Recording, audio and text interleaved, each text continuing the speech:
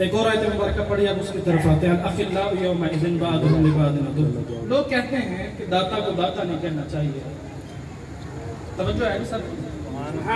दाता का मतलब है देने वाला। अगर दाता रब दाता को कह दे, अगर रब खुद फरमा दे कि ये दाता है, तो फिर किसका अकीदा ठीक हुआ?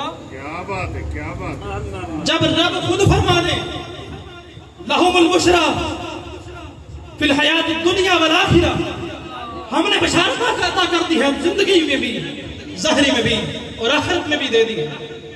और फिर खुद फरमाया कि जब तुम्हारे सारे दुश्मन होंगे क़यामत के दिन, तो तुम किसी से नेकी मांगोगे तो वो कहेगा नहीं भाई जान के लाले पड़े, मैं नेकी नहीं दे सकता।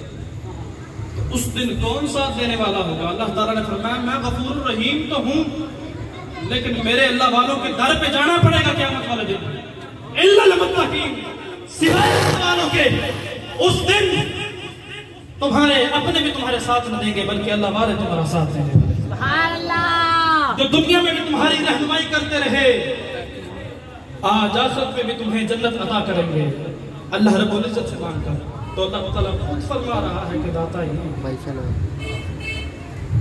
अल्लाह ताला फिर फरमा रहा है या अय्युहल्लज़ीना आमनू तक़ुल्लाह व कुनू मअस सादिक़ीन। अब इनके दामन को भी थाम, अब इनके दामन को भी थाम लो, ताकि तुम्हारा ईमान और तुम्हारा एकांत महफूज रहे।